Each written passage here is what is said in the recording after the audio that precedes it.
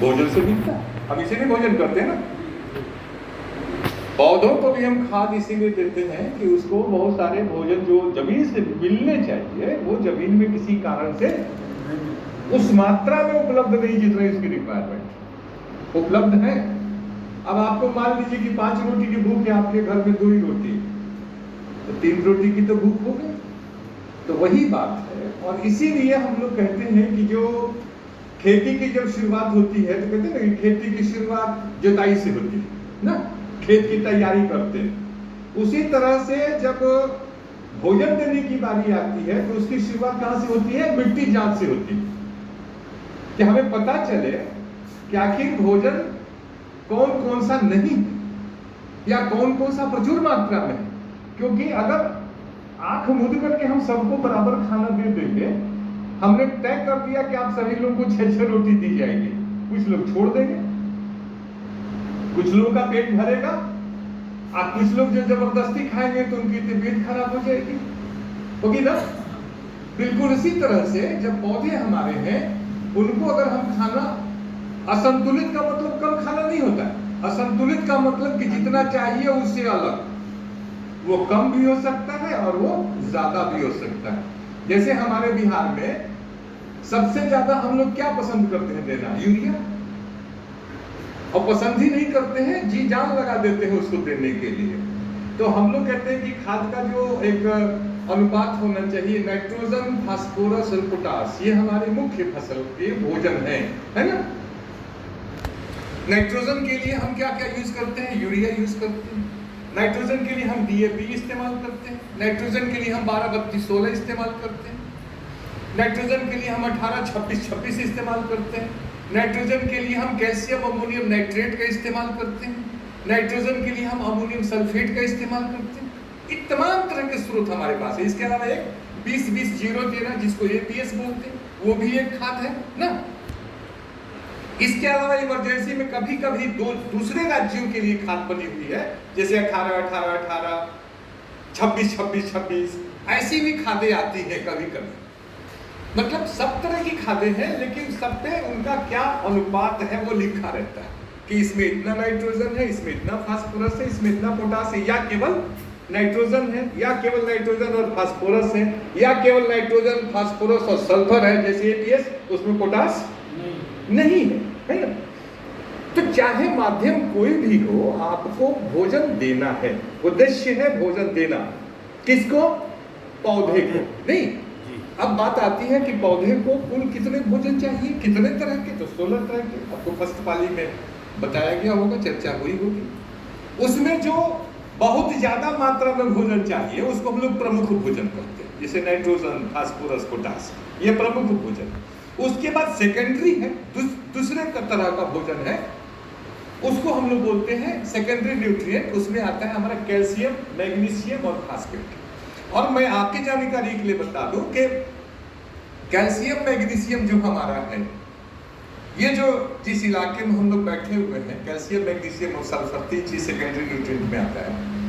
ये तीनों न्यूट्रिएंट में सल्फर की यहाँ पे व्यापक कमी है, और यही वजह है कि किसानों के बीच में सबसे लोकप्रिय खाद है, उसका नाम है अमोनियम सल्फेट, जिसको आप लोग चांदमार बोलते हैं। क्यों लोकप्रिय है? एक ही कारण है कि उसमें सल्फर मिलने के कारण उसका रिस्पॉन्स अच्छा मिलता है। तो लोग कहता है कि यूरिया डाले और अमोनियम सल्फेट डाले, ये ज्यादा फायदा कर रहा है। कोई कम नहीं करता है, कोई ज्यादा नहीं करता है, क्योंकि उसमें सल्फर था तो एडिशनल मिल गया, तो पौधे को खुशी हो गई कि चलो भाई ये भी मिल गया मुझे, तो अब हम हरा भरा हो जाएंगे जल्दी ना। कमी थी, कमी दूर हो गई। यूरिया से तो कमी दूर नहीं होती।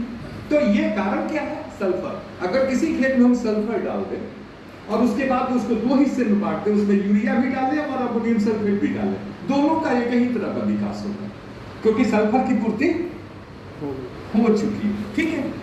और ये जो हमारा जो सेंट्रल बिहार है, केंद्रीय बिहार जिसको हम लोग बोलते हैं, जैसे बिहार का पहले पुराना जो बिहार था 3 भागों में था। एक सेंट्रल बिहार था, एक दक्षिणी बिहार था जिसको आज हम झारखंड बोलते हैं, और एक उत्तरी बिहार है जिसको क्या मुजफ्फरपुर, समस्तीपुर, खगड़िया वगैरह नामों से हम लोग जानते हैं, मिथिलांचल है ना, सब नाम से जानते हैं।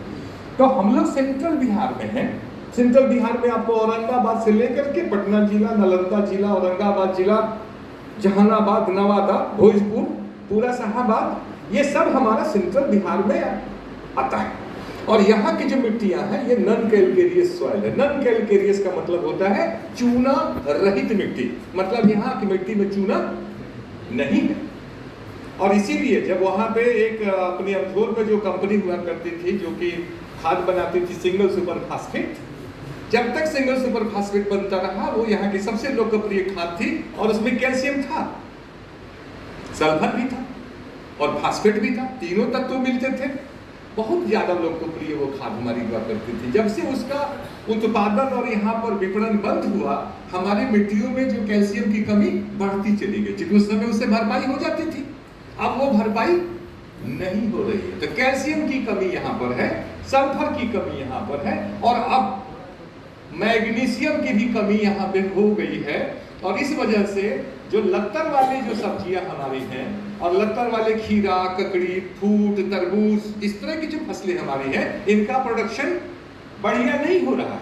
जब हम मैग्नीशियम डाल देते हैं तो उनका प्रोडक्शन हमारा बढ़ जा रहा है, ठीक है ना।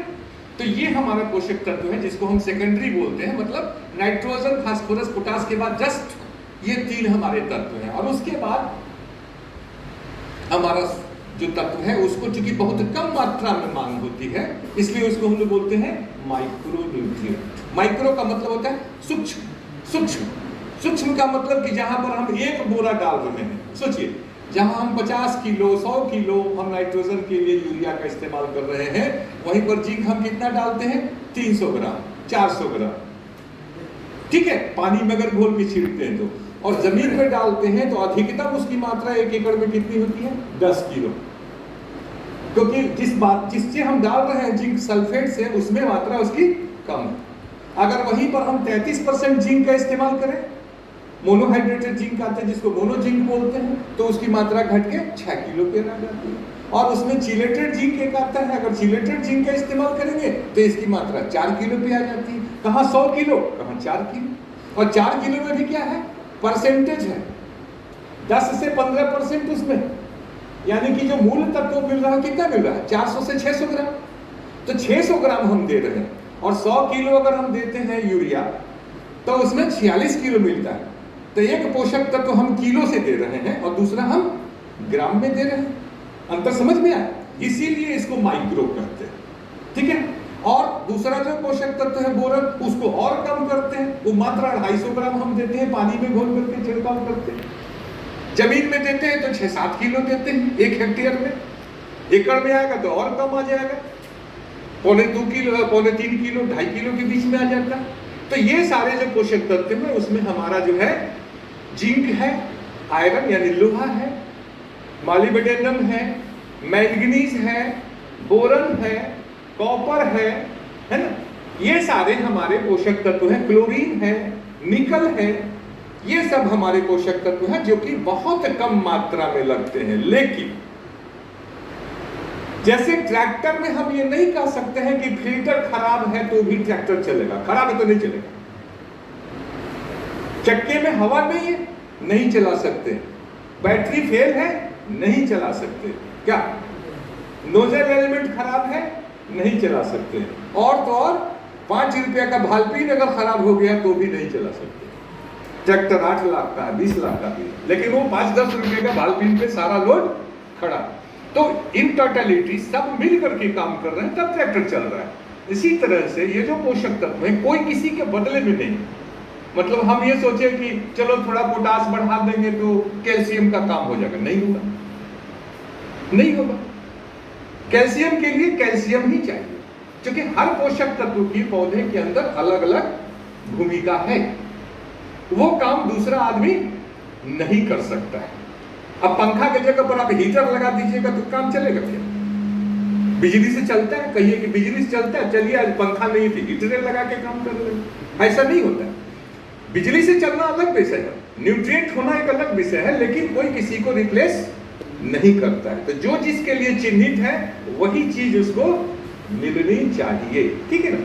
तो सूक्ष्म पोषक तत्व जो है, अब आप लोगों को क्लियर है कि सूक्ष्म पोषक तत्व केवल मात्रा के कारण उसका नाम सूक्ष्म पोषक तत्व है कि उसकी मात्रा कम लगती है, लेकिन उसका जो कार्यक्रम है उसकी जो आवश्यकता है पौधे को वो बिल्कुल उतनी ही है जितनी की महत्वपूर्ण, जितनी की हमारे नाइट्रोजन की है, जितनी की हमारे फास्फेट की। ठीक है ना? अब बात आती है कि ये जो वर्गीकरण किया गया और हमारे जो पौधे हैं उनको ये जो पोषक तत्व है हम देते तो हैं। कैसे देते?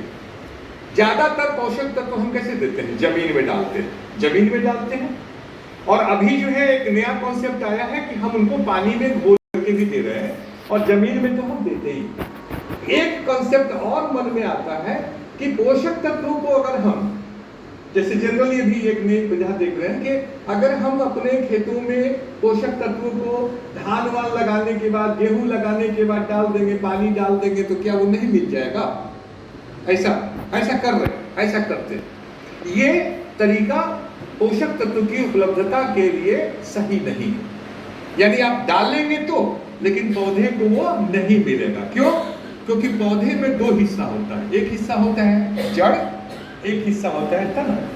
तना हमेशा आसमान की तरफ, सूरज की तरफ जाता है और जड़ें हमेशा सूरज से विपरीत दिशा में जाती है। ठीक है?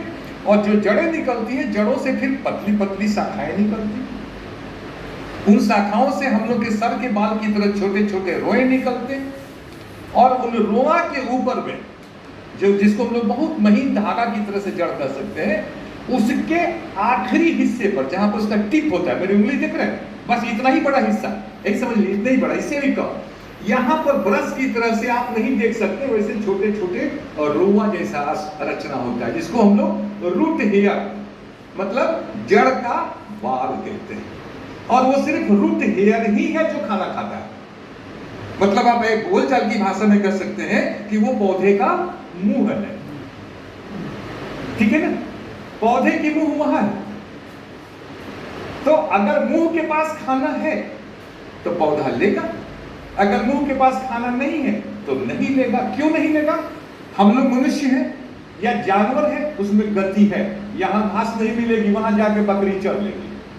मैं आपका मित्र हूं, मैं आप खाना रखा हुआ है आपके प्लेट में से, मैं उठा करके खा सकता हूं, लेकिन जो पौधा है वो कहीं से उठा के नहीं खा सकता है। उसके रेंज में है तो खाएगा, नहीं है तो नहीं खाएगा। और चूंकि जड़ हमेशा नीचे जा रही है, तो जब आप खाद को पूरी तरह से मिट्टी में मिला देते हैं तो क्या होता है? हर एक परत दर परत खाद उपलब्ध है। बात समझ गए? जो बार बार कही जाती है बात कि मिट्टी को जोतने के क्रम में खाद डालिए, या फिर बगल में नाली बना करके पौधों के बगल में खाद डालिए, जिसको बोलते हैं कूड़ विधि, फर्रों में डालना ना, और नहीं तो धान में कहते हैं कदवा के पहले इसको डालिए। ठीक है? तो ये जो हम करते हैं ये इसीलिए करते हैं कि अगर हमने ऐसा किया तो पौधे को शुरू से लेकर अंत तक खाना मिलता रहेगा।